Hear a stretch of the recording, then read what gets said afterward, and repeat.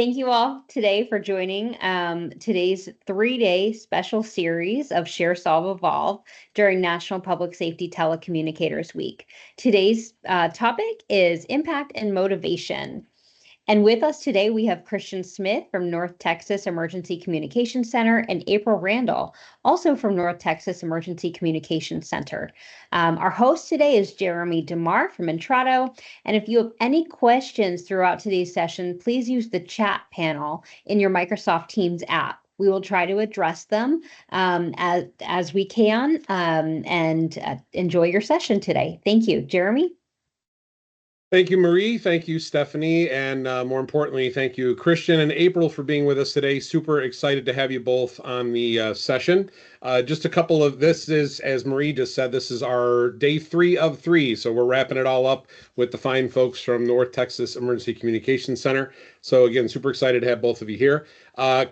Marie had a couple of housekeeping items initially. I'm going to go through a couple more as well. Number one, just a reminder that the chat feature in the session is enabled. So if during the course of the conversation today, you have any questions for any of our panelists or anybody that's involved in the situation, throw those in. We are also encouraging folks to share specific things that are going on within their center. So if you're doing specific things to celebrate the week, or if there's things on the impact and motivation side that you want to share, we want to hear those as well. So feel free to do that. As has been customary over the course of the last 2 days, I shared with everybody that prior to coming over to Intrado, I was on the 911, a public-facing side of 911 for the last almost 20 years. 3 different centers I was a part of, one in Rochester, New York, where I started, Springfield, Massachusetts. That was my first directorship. I still live in Springfield. And then my final center, which I'm going to hold up the patch here, this is Mountain Valley Emergency Communications Center. They are located in northern New Jersey, just outside of, well, I say just outside of Manhattan. It's probably a 35-minute drive. But in any event, I want to give a shout out to all of my former team members at Mountain Valley Emergency Communications Center. I hope you're having an exceptional National Public Safety Telecommunicators Week, and I hope things are going very well. I've also been keeping track of your social media posts. It looks like a lot of the public safety partners down there are coming in with gifts and goodies and all kinds of things, so wonderful to see that. The other person I've been giving a shout out to, many of you are probably already familiar with her, is Tracy Eldridge with On Scene First. And the great thing about On Scene First is Tracy is now in her 4th year of operation with her National Public Safety Telecommunicators Week extravaganza. So she is on every single evening of NPSTW at 5 p.m. Eastern with an hour-long session celebrating all these different things going on within the 911 community. The big thing, of course, for those of you that haven't registered, is that she's giving away a ton of prizes. So I would highly encourage you, if you've not done so already, to go to the On Scene First website, register. You do not need to be present to win those prizes, but she's giving away a ton of prizes, and Intrado is an event sponsor for the session as well. So we're super excited to be working with her on that. Finally, I want to get back to real quick to talking a little bit about the folks we're going to be talking to today, but more importantly about the center itself. I had the pleasure of visiting NTECC. Was it last week, guys, or 2 weeks ago? I think it was last week. Time flies when you're having fun. But the funny part was this session with April and Kristian had already been planned. I mean, this had been planned for several weeks. I walked into their center for the first time because I went down. I was there for another conference, and I stopped in. Terry Goswick, the director, invited me over. In fact, we were just talking about this because many of you have seen my challenge coin collection. I got this nice fancy challenge coin from NTECC, so I'm pretty excited about that. That's my latest edition, so thank you, Terry, for that. Terry is watching, by the way, too, so if there's a critique to be had, I'm sure we'll have it afterwards. But in any event, I went down there. I went out on the floor. Of course, I brought cookies because you never walk into a 911 center empty-handed, right? Walked out with cookies. Both April and Kristian were there. I completely neglected ever asking about, hey, where's April and Kristian? So I actually talked to April for a while. Kristian, I think you and I kind of talked a little bit. Were you training though? I was. You were training somebody. Okay, so you were kind of busy. I don't think you and I got to talk as much, but I left there and then came back afterwards, and Terry's like, April and Kristian were here. I'm like, I can't believe I did that. So it's just crazy how that works out. So in any event, I'm super excited to have you guys on there. I'm just going through my list real quick to make sure I've covered all the opening items. the format for Share, Solve, Evolve. Some of you have, if you've attended Share, Solve, Evolve before, you know that these sessions usually run an hour.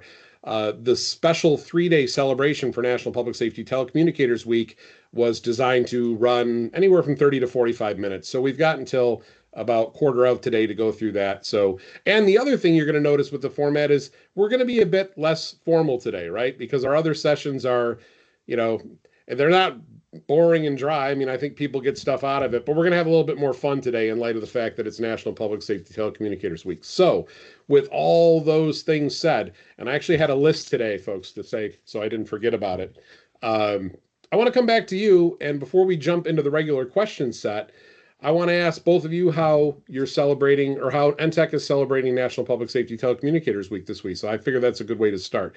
And either one of you can go. There's no particular order here today. Well, she looks at April. Oh, actually, I put the cart before the horse. Let's get some introductions first so people know who they're talking to. So Kristian, why don't you go first? So I'm Kristian. I work with NTECC. I work in support services, which is our quality assurance and training department. I'm originally from Mississippi, and then I moved here to Texas. I've been in this field for 16 years now off of a whim. Didn't really know anything about dispatching when I first got into it. Had a friend who was doing it. I was looking for a job in between graduating from college at the time and just kind of trying to find a path. She came in and she said, well, what do you think about dispatching? And I said, what is that? Exactly. Because so often everybody just remembers the police and the fire. They don't really remember who they spoke to before time. And so I went and did an observation, and I was like, this is cool. I live in the city. I can work for the city. I can know everything that's going on in the city. And so that's where I started out. And from there, I moved to Texas. Started out at Cop Hill. And then once we consolidated, I came to NTECC, and that's where I became a trainer. And then I promoted up to quality assurance, and then we became support services. And so now I'm in and out of the classroom training. I train on the floor as well. And we also do the quality assurance for NTECC. Awesome. Love that. That's a lot in a very short period of time. So hopefully I'll try to remember most of what you just said. It might come up later in the situation. April, I want to give a quick shout out to you for a variety of reasons. Number one, I think I said to all of you that NTECC, I don't know if I ever said where it was. NTECC is in North Texas, the North Texas Emergency Communications Center. I actually lived in Carrollton, where these guys are, many years ago. Actually, I was down there a couple of times, but this was beforehand. I just wanted to give a quick shout out to April and her shirt today, or her sweatshirt, because I know it was much more fun being a Cowboys fan in the early 90s than it is right now. And the great thing, April, you probably know this, the great thing about being a fan now is people recognize that you truly are a fan if you're wearing or bragging about Cowboys apparel. So I'm right there with you, sister. I'm hoping for a better year this year. We'll see what happens. I don't know. We'll see. Hopefully. Fingers crossed, but I want to throw it back to you, April, for an introduction, if you wouldn't mind. Yes, my name's April. I graduated college in 2023 from SFA. It's like a small school in Nacogdoches. And then right after I graduated, I pretty much started here. I've been here for only a year and a half, almost 2 years now. I just started my training position, so now I'm starting to train. Like we talked about earlier, my favorite channel of dispatch is fire. I love everything fire when it comes to dispatching, and yeah. So I'm originally from Houston. After I went to college, I moved straight here, and I've loved it so much. All my family's still in Houston, but I have my own little family here now, especially with NTECC.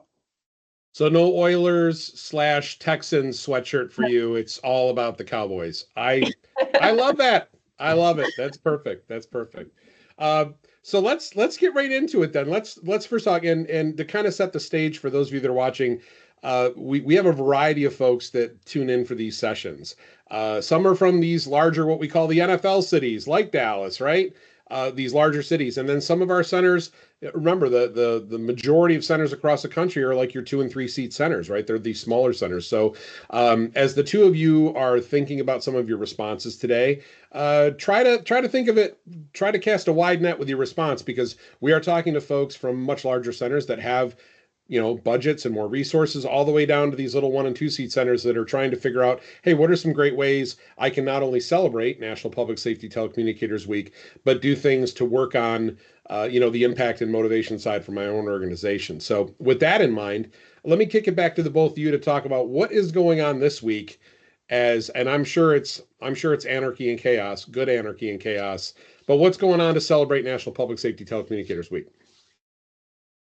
So our theme, we usually do a theme every year. So our theme is the NTECC rodeo. So today, a lot of them have on like the rodeo shirts. We got shirts. And so they have rodeo shirts on, and they're wearing their cowboy hats today and their jeans and their boots, typical Bandanas. bandanas. But, all in good fun. And, I think being a cowboy in general from Texas or that Western feel, that's just something that like we kind of take pride in as well. So that's what they're doing this week. We have the cities that have been bringing in snacks and goodies and fun. I think today was breakfast. Mm-hmm. So they brought in fuzzy tacos and donuts and kolaches and things like that this morning. And then this afternoon for lunch, we had Marshall's barbecue, right? Mm-hmm. So we had Marshall's barbecue for lunch. And besides that, we have like backdrops where they can take pictures. We have where they can, rope the horn around the bull. We have our little inflatable bull. Yeah, we have the inflatable bull. I was going to say no real bulls running around the inside of the comm center. That's not happening. His name is Rocky, though. I call him my emotional support bull right now. So his name is Rocky. But we have the bull. And then we also have like a balloon arch, and we have the wanted posters where they can stick their head in. Things like that. And it's decorated on the floor as well. So I love that.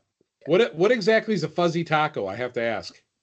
It's just a restaurant. It's called Fuzzy's. They have like street tacos. And okay. Yeah. So Carrollton Fire brought us their breakfast tacos today. And then we also had Addison's battalion chief and one of their firefighters come in and just talk to us and say how much they appreciated us, and then talked about doing ride-alongs and stuff like that. So it's nice to actually see our responders. Yeah, so I really like this week for that reason, because sometimes when it gets busy and stuff, it's hard to really make a connection with them. But when they come in and we talk about stories and stuff like that, it's cool. I think it's cool about that. Well, a variety of things, number one, but I can remember early on in my 911 career, the bulk of the NPSTW celebration was really orchestrated by the folks inside the center, right? So that was where a lot of these efforts were coming in.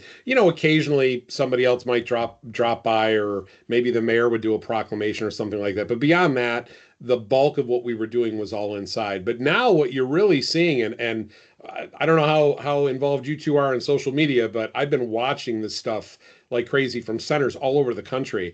And not only are there these grandiose celebrations going on, which in and of itself is awesome, but to your point, April, fire departments, public safety partners, fire departments, law enforcement, EMS coming in with all kinds of gifts and these kind of things.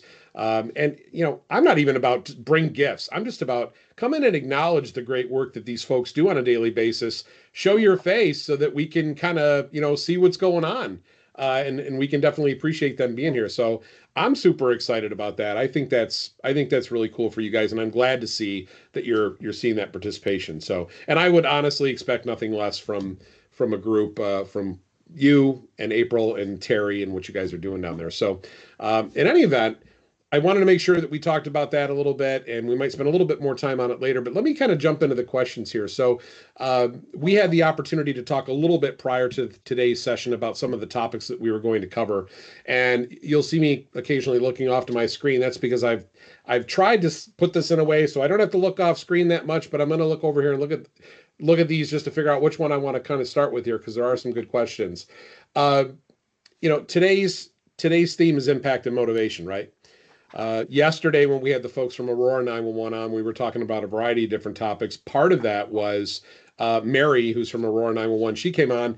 She joined 911 after 30 years in the private sector space. So she kind of went the opposite direction, right? She was over doing this private sector stuff, well established in her career, and then she jumps over to 911. And I said, well, I hope it wasn't for better hours and less stress. And she kind of laughed, and we had a good laugh about it. So that wasn't the case, but she talked specifically about what she felt she was having from an impact standpoint on the community and the public safety partners she serves.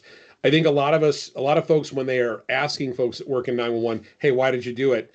What's the natural inclination? Oh, I want to help people. Well, of course we want to help people. I mean, that's human nature, right?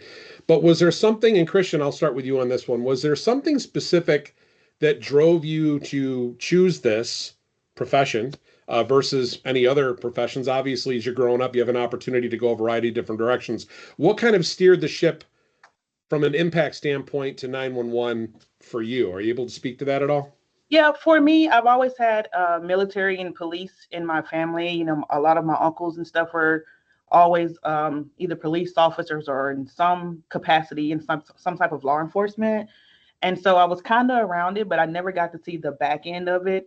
So once my friend asked me about joining and coming in, I was like, yeah, well, I just kind of need a job right now, right? I just need something to kind of get me by. I just graduated college. And so I was like, okay, let me see how this goes.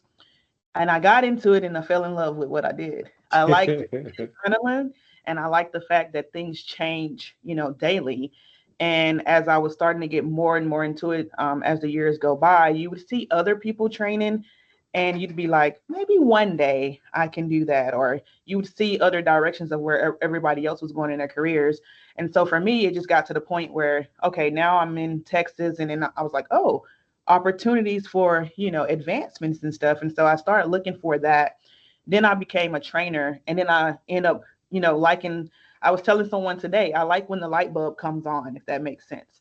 So you're putting everything into this person or, you know, this class, and then all of a sudden that light bulb comes on and it makes you feel all warm and fuzzy inside, right? So that gives you motivation to keep going to do what you do. And since I've been at NTECC, I've been afforded other opportunities such as like the NMIC, which is the National Missing and Exploited Children. So going outside of the building and talking to the children, or we go to, you know, sometimes we go talk to the seniors and you're briefing them on like fraud, make sure you're not giving them their information. So for me, I found a lot of things that NTECC has allowed me to do. Conferences, like in Mississippi, we went to conferences and different things like that, but not as in detail because some of the things that we have here in Texas, we didn't have in Mississippi, if that makes sense, because of budgets and everything else too. So as I started getting more involved in dispatch in general and promoting up and just being in the company in general, came other opportunities that I started to fall in love with that as well. And that's like being outside of the walls, teaching about what we do, because some people don't know what we do. And then starting at a very young age, because while I'm not that old, dispatch has changed from when even I started. Now there's a lot more, you know, public safety, public service, cameras and everything else, too, recordings. And so you have to learn to adapt. You know, that's the name of the game when you're dispatching, flexibility and adaptation. And so that's just something that just comes with time. So in the spirit of motivation, does that mean you're gunning for Terry's job now? Try to get him and you're going to take that job on or what? You know, I like what I do. I like what I do. That's stress that I don't need. But I'm sure he has his own things that he likes to do. But what he does is just not like what I like to do. I like to do what I'm doing. So it's fine. Watch out, Terry. She's gunning for you. She's gunning for you. No, that's awesome. No, that's awesome. And April, let me throw it over to you. You've had a few more minutes here to kind of think about your response. But how would you say you decided to come in, and what was your motivation? Yeah. So not only like do I have a passion for helping people, for me, I just cannot have an office job where I sit and do the same thing every day. And with this job, you literally have no idea what's about to happen at every second, which gives you like an adrenaline like rush when stuff happens, which I really like, because I'm very much go, you know, type of person. So I really like how this job has allowed me to do that. And That's cool. I think what also would motivate me, especially, and again, I mentioned to both of you, I might have mentioned this to both of you while I was down there last week, but I'll mention it again today. So when I started out, of course, I started out as a police dispatcher, became a dispatcher too, which was police, fire, EMS, became a CTO, ultimately became a supervisor, and then would go on to be a director of 2 different centers. But what kind of excited me when I was down there last week was learning about the new center that you guys have that's going to be coming up pretty soon. So, boy, talk about impact and motivation. I had a chance to talk with Terry a little bit. Terry's the director at NTECC, but I had a chance to talk with him. But and he properly calibrated me prior to this call by saying that their groundbreaking for the new center is going to occur on Monday, right? So they're going to be out there turning shovels for the first time. But how exciting for the two of you. I mean, the area that you guys are in now, I mean, I've been to a lot of centers across the country. Yours is similar to a lot of the centers I've seen, so it's nicely equipped. But are you both in your own way kind of looking forward to what's next? You've kind of seen the plans and seen the idea. What are your thoughts on this new center you're going to be moving into within the next couple of years? I'm very I'm very excited. I do really love it here. But you know, something new. We are like always hiring. So sometimes it's a lot on the floor, and this new center is going to be a lot bigger and stuff like that. So it's going to be really good for more opportunities and stuff like that.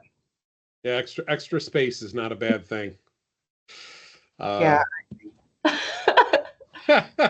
I don't know if you wanted to add something, Kristian. Otherwise, I was going to go on to the next one here. But yeah, no, I'm excited for you guys. I told Terry, I said I'm hoping I can get down there to be there. If not for the actual grand opening in a couple of years, to at least come in and see it after you guys have done that. So, but super excited for all of you for that as well. As I mentioned earlier, we have a variety of folks that tune in for these sessions, and I think this week specifically, we've got folks, maybe a lot more frontline folks, call takers, dispatchers, telecommunicators, those kind of things.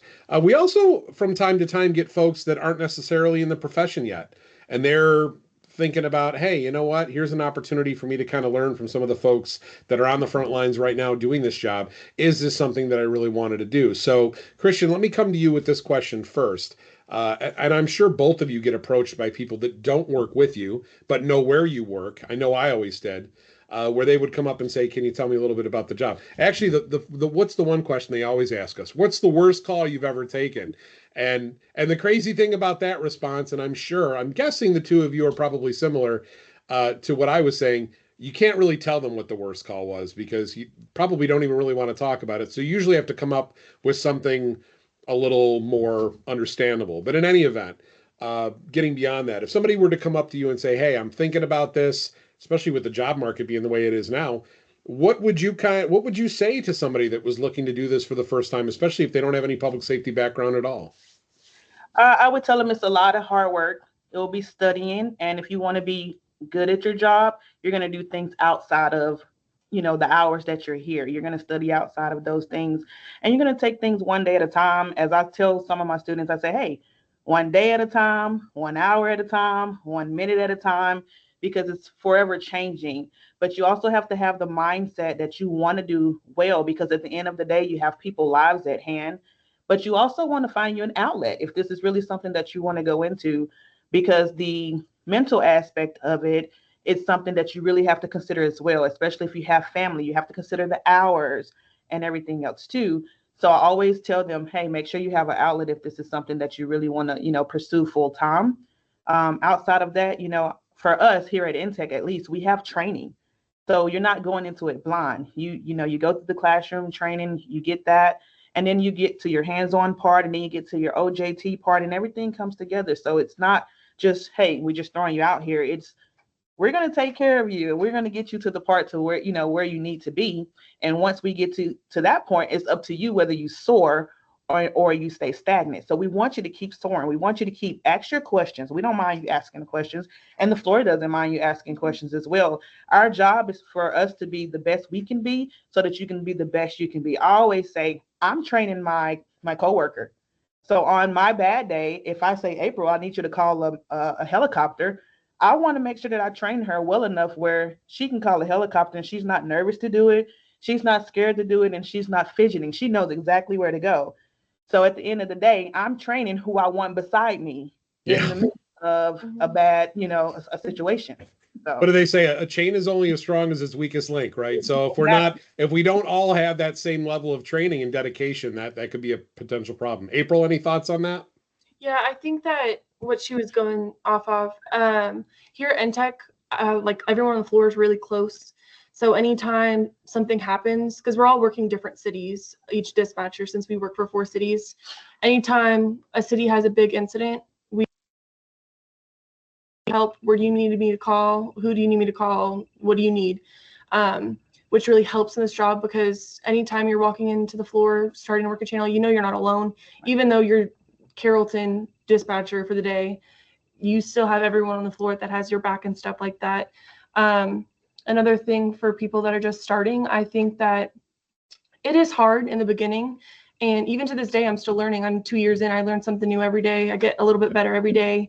Even like to train your ear, because you can hear a caller say something, but it's so crazy because in the beginning, you don't really hear what they're saying. And then when you get used to it, it's like, oh, dang, that's what they were saying, which is really neat. But yeah, that's what I really like about NTECC is we are all really close on the floor. So when it is really high priority situations and stuff like that, we truly all have each other's backs no matter what, and are willing to help each other. We say teamwork, but more like a family at times. It really is. Sometimes I say dysfunctional family because yes, we just like any family, we're like, hey, I need this information now. But as you start working, and for a new person, that's scary when they may see that. But once they get into it and you explain that to them, hey, it's just the officer that needs some information right then and there. Then they're like, oh, and you're like, hey, by the way, you want a cookie? And everything's back to normal. And so, at the end of the day, we're going to check on each other. We're going to make sure each other eats. We're going to make sure, hey, is there anything that you need? So, yeah. I was going to say, does that mean I have to drop by with more cookies then, or what's the deal? I gotta do that. Yeah, you did. It's funny though. April was talking about, kind of working out there, and then when something big kicks off, everybody jumps in. You guys really took me right back to when I was in the chair like you are now. And it's funny, you spend so much time together as a group. A lot of times, I mean, when you say second family, I would almost say it's not even second family. It actually is family, because not only are you spending so much time with them, but the types of situations that you're having to deal with as part of your job, I mean, really just bind you together. But it's funny, you had me kind of chuckling a little bit in my mind, because I can think back to times when there's, and I won't say the Q word, when there's nothing going on at this particular time, and we're sitting in there and we're like yelling at each other, and we're like, this, that, and the other, and we're like going back and forth. But the minute something takes off, the minute something comes on, everybody's like, I got this, and it's like this fine-tuned machine. So that point that the two of you make about that teamwork piece, and really just gelling and melding together and working closely. And that's why I think having the groups kind of on that same, you had, I think that group I saw last week when you guys were in there, the group probably changes a little bit, maybe every other day, but it's the same core group of people that are working those hours. And I think, you know each other's strengths and weaknesses pretty well too, right? I mean, that's an area where, hey, if this person's not as strong and something big kicks off, I can go over and help out. Right. I think that's cool. The other thing I want to talk, April, you were just talking about, listening and being on a call. I don't know if the two of you are there yet. And unfortunately, I think this is one of the byproducts of the dispatch job. But I will be, I'll be out right now having conversations with people, and there might be a bunch of people in the room. But so the three of us could be sitting here having a conversation, but there could be two people over here and two people over here having separate conversations, totally unrelated. I can't turn that off. Yeah. I can tell you, and I'm not doing it intentionally. I'm not being I'm not snooping. I just can't turn that off. So I hate to tell you both this, if you don't have it already, someday, maybe a long time from now, when you leave the profession, you might have difficulty turning that off. It's just something, maybe it's already happening. I don't know. So no, that's cool. I think that's awesome. So, from a community recognition standpoint, now, depending on who you ask, when you go into different municipalities, different areas, there are some situations where those within the center are very well known. The work that the center does is well recognized. Public safety partners are a big part of that. Do you guys feel like you have an adequate amount of support from the community and from the folks? I mean, you feel like you're well respected within the community for what you do, or are there ways that, and even if you are there ways that other centers could be working more directly with their communities to make sure that support from the community is there as well? What are your thoughts on that?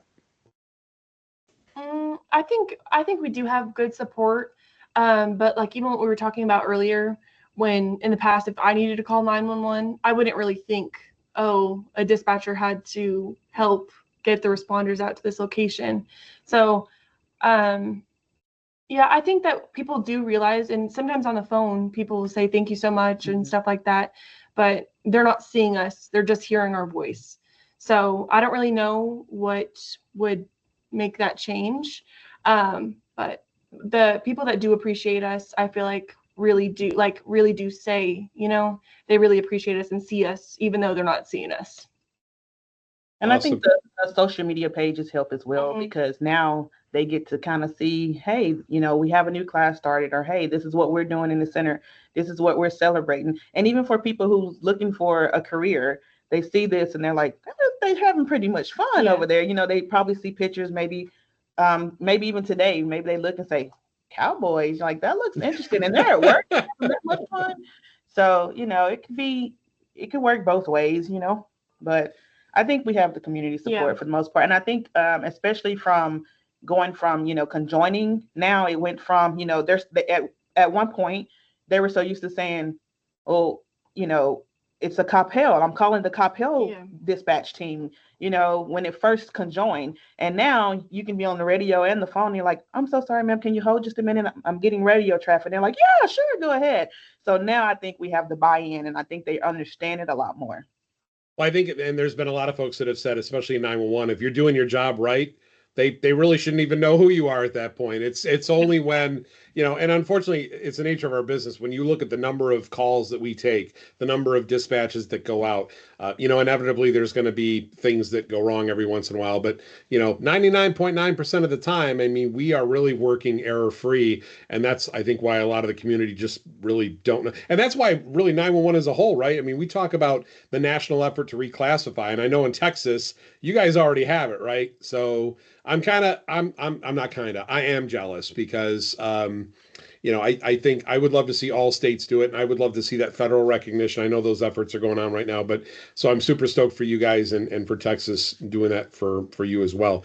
I've been keeping an eye on the time here, so we're a little after 2:30 right now, at least Eastern time. I know you guys are Central. I do want to reach out to Marie and Stephanie, or actually I think Marie is the keeper of the questions at this point, but Marie, any points or questions or anything come in that we want to share with the group, or I'll keep moving along here? Yeah, so there's a question here. What personal qualities and motivations do you believe are essential for a 911 professional to positively impact their community? Me? Oh. Whoever wants to take that it's one. It's for anybody, yeah. I can have Marie repeat it if you want. You can. First and foremost, I would say integrity. Integrity goes a long way. When you have integrity and you do things the right way and you're fair about everything you do, that builds trust. And when you have integrity, you have trust in your people and in your community. That in itself opens up doors for so many other things. If they feel like when they call 911, they know for a fact someone's on the other line that's going to help them no matter the situation. Because at the end of the day, they're not calling because they're happy. Oh, every now and then they'll call it if it's a complaint. But I mean, a compliment. But they're calling you on their worst day. So you have to have some active listening skills, of course. You want to be empathetic. But at the end of the day, your core values, trust, integrity, being empathetic, and just who you are as a person, and that customer service is what brings those people in.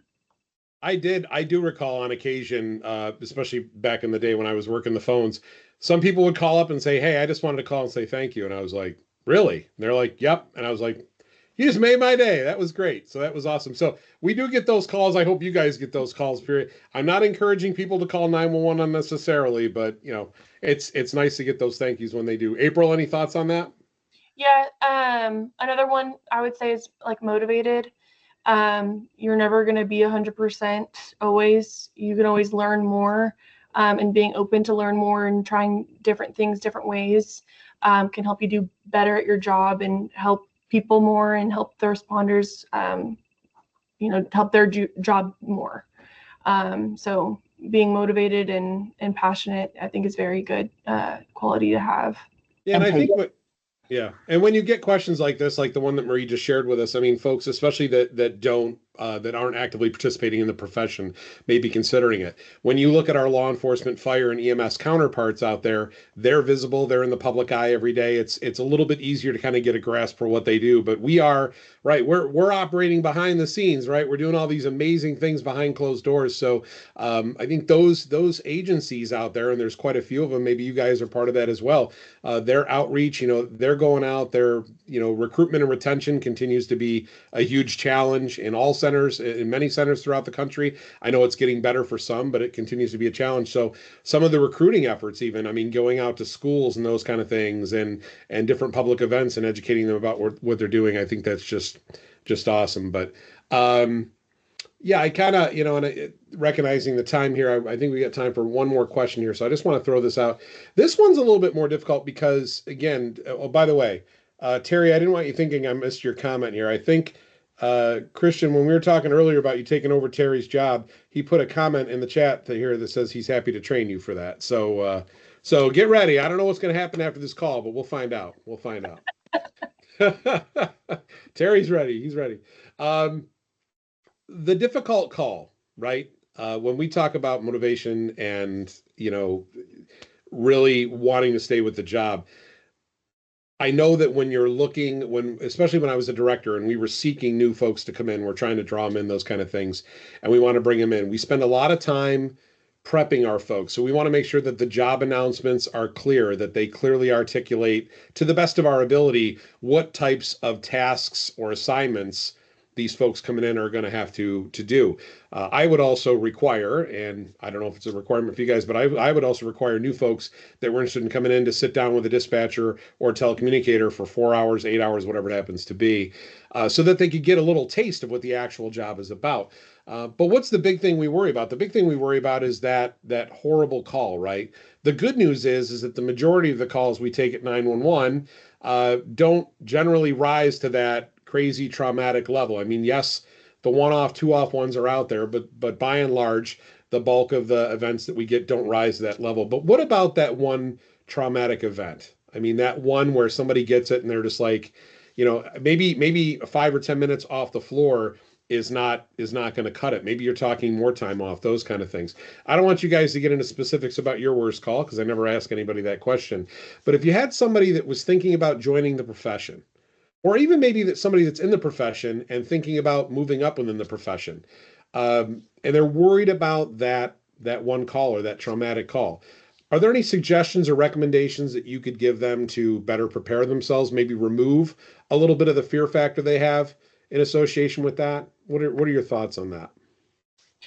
Yeah, so when I was first hired, they in my interview portion, they asked me what I needed, like, for what do I do for stress relieving situations and stuff like that.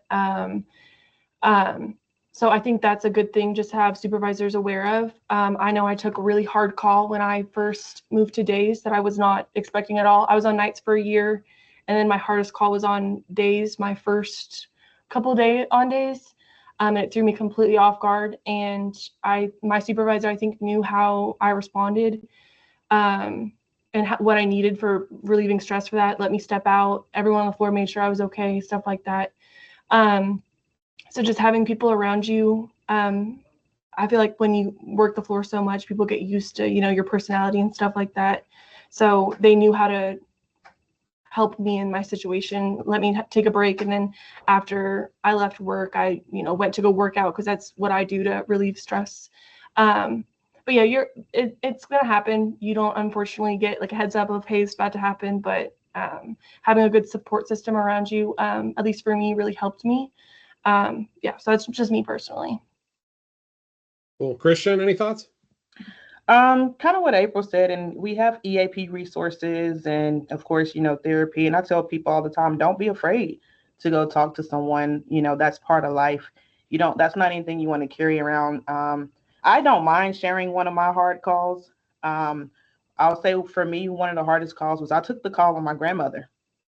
My grandmother lived with me all my life. And so my aunt called. She didn't know. That's the thing. You have to stay professional no matter what. So my aunt called. She never knew it was me. I recognized the address on the screen and I recognized my aunt's voice immediately.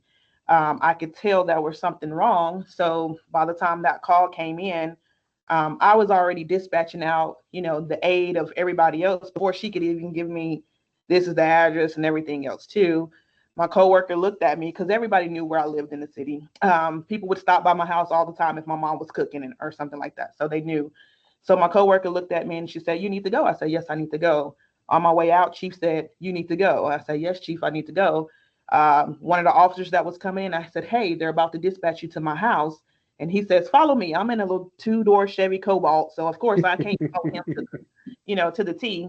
But as I get home, I know that, the fire department is working on her and everything else. And she's in the home. I go in the home. So I know that for me was a hard call. And people always say, how did you get through it? For me, of course you have the days off for bereavement and everything. And sometimes those bereavement days just is not enough, depending on what your agencies, how many days they give you.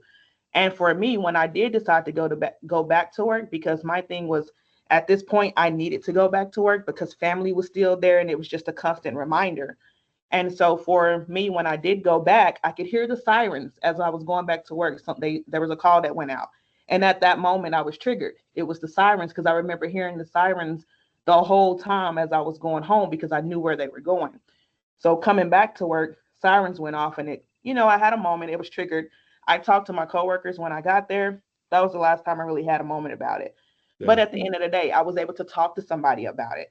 There was resources if I needed those resources, but also had family and stuff around me. So at the end of the day, you have to have some type of outlets like April was just saying. So for me now, my outlets is I love to travel. I love to cruise. I love to craft, things of that sort. So I always encourage, if this is a field that you are really considering, you need to have conversations, not only just with yourself, but also with your family. Because there's times when I get home, I don't want to talk to anybody. I've been on the phones all day. I've been training or whatever the case may be all day. I just want a little bit of peace and quiet to myself. And sometimes when you're in the family environment, they don't understand it. You just don't want to be bothered. It's nothing against them. You just need time to decompress. So I think telling them that up front kind of keeps down confusion in the household as well. Hey, give me 30 minutes to an hour just to decompress from the day.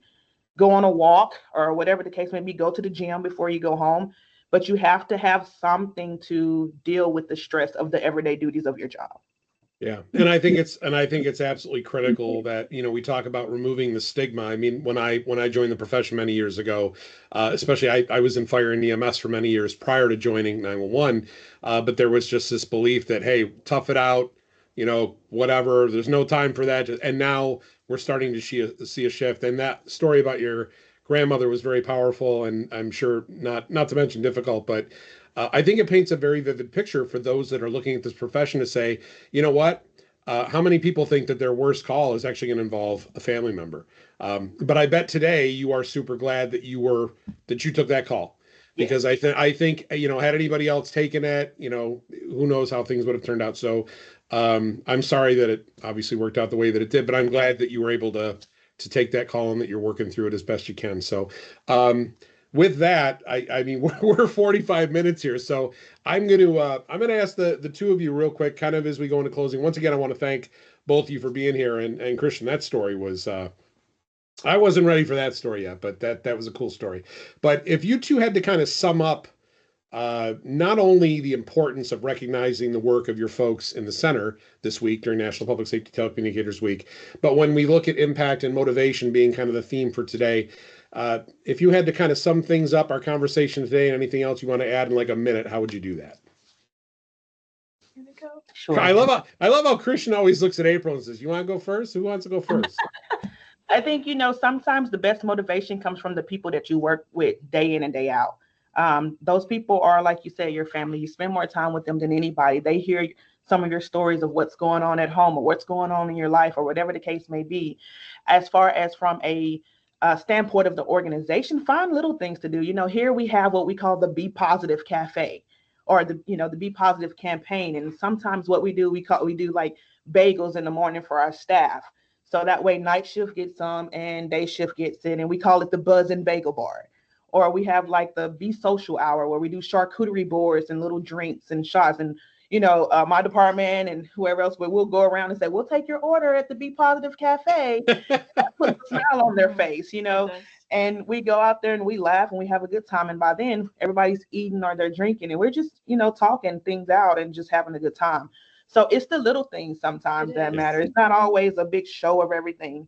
It's the small things that people forget. Something as simple as, let's have bagels together, and we're out there toasting bagels together, so it's the little things. And I think they're very appreciative of that because they're in that seat all day and sometimes they can't get up. We are very appreciative. Yeah. There were a few smiles when I brought the cookies on the floor, and I hope anybody else that visits the center does the same thing. But April, any final thoughts? No. No? I here at NTECC, it's my family away from my family. I'm really thankful to be here. Every day I learn something new, like I said, and I cherish as much as I can of it. Awesome. Well, I thank you both for being here today. I want to thank Terry, who's been watching us this whole time.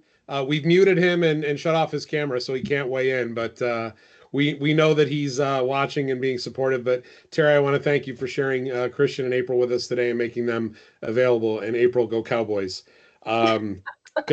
Good luck. I mean, I'll try to say it. I don't know if it's going to have a good impact, but in closing, I just want to say how much I appreciate you both taking the time. And Kristian, that was an amazing story at the end there. But to kind of close off the week, I want to thank all of you that have been with us all 3 days, Tuesday, Wednesday, and then, of course, closing out with Kristian and April today.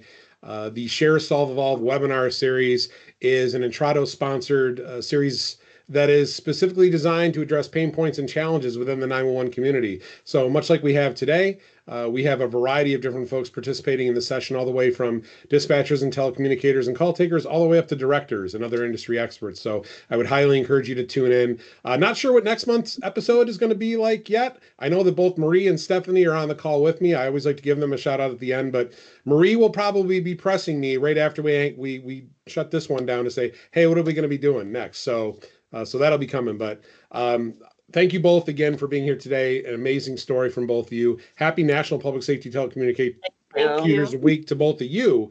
And happy National Public Safety Telecommunicators Week to all of you that are watching today and will be watching this in the future. On behalf of Intrado, Marie, Stephanie, and myself, thanks for being here. Have a wonderful rest of your week, and we'll see you soon. Thank you. Have a good day. Bye, guys. Bye.